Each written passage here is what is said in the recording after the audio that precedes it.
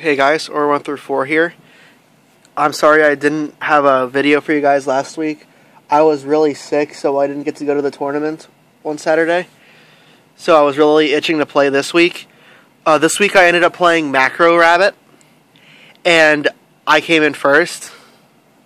This deck is really, really good. It's a really good counter to mermaids because Macro Cosmos pretty much shuts down the entire deck. I played against 3 mermaids, did not lose a single game. The only deck I lost to was I lost to Windups in Swiss because my opponent had the nuts and I didn't get anything off. It happens. But here's the deck profile. You got yourself the 2 rescue rabbits. It's rabbit, you need rabbit. 6 targets are, let's see if I can get this out of the glare. The 3 Sabersaurus and the 3 Cabazals. Interesting enough, Cabazals is a water, which I'll explain why that's relevant later on. Got yourself 2 tour guides, a Sandgan, and a Night Assailant. I wanted to run the Night Assailant because I wanted to have easier access to tour guide plays. Originally I was just running this, but I added this when I wanted to be able to get more plays. Next, 2 Thunder Kings. It's really good in this deck. Helps shut down some of your opponent's decks. And then 1 Helios, the Primordial Sun. I am running 3 Macro Cosmos, and this card really got there today. I mean, it sucks when you draw it, but it sucks when you draw a vanilla dino also. I mean, granted, it's not like the same thing. It's just, odds are you're going to get your macro before you get Helios. It lets macro +1 you, plus it fills one of the problems that I think this deck has. If you don't get an Xyz play with this deck, it's really, really not that good. I mean, you're essentially paying a bunch of vanilla beaters, and this just makes it easier to use some quick Xyz plays. This card was saving my ass all day, just giving me, like, oh, I only got a vanilla dino up, oh, quick macro, into Helios, stack for whatever I needed. So that was the monster lineup. Magic, got Reborn, and Dark Hole, and then you got Mind Control. You got triple MST and a Night Beam. Take out back row. Night Beam is really, really good against Abyss Sphere, since obviously they can't chain to your Night Beam with that card. And a lot of the times your opponent will just place 1 card down, you Night Beam it. It's really good. I was annoying a lot of mermaid players. Then got 3 Forbidden Lances. Get over things, protect your monsters. And then 3 Gold Sarcophagus. Sarco is really good for this deck.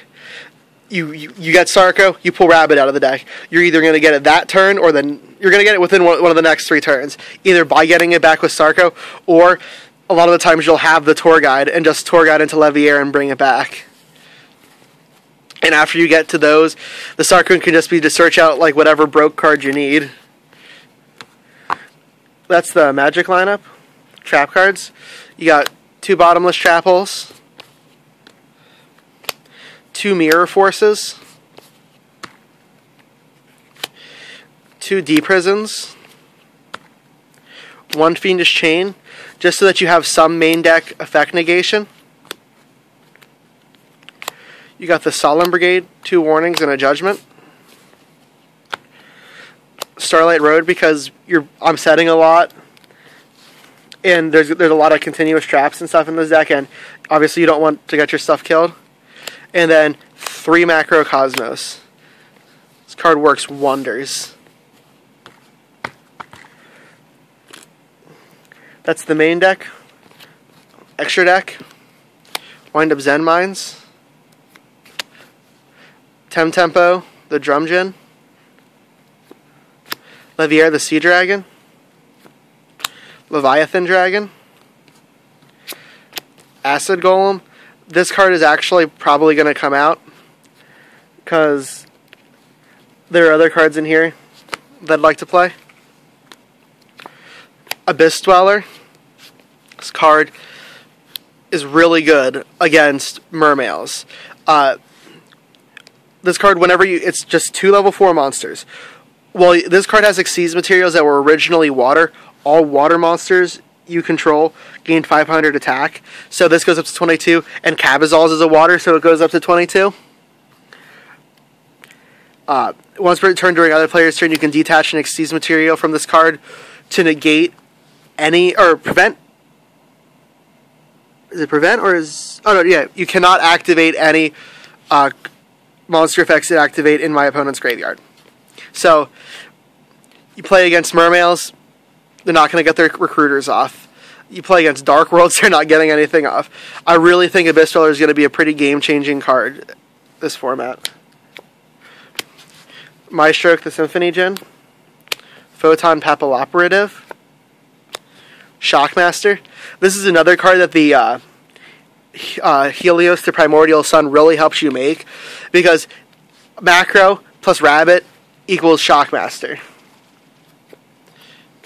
Got yourself 2 Dolkas and 2 Lagias, Utopia, and Stardust Dragon. I really would like to run Gaga Cowboy in this deck, but I didn't have Cowboy before the tournament, so I couldn't run him.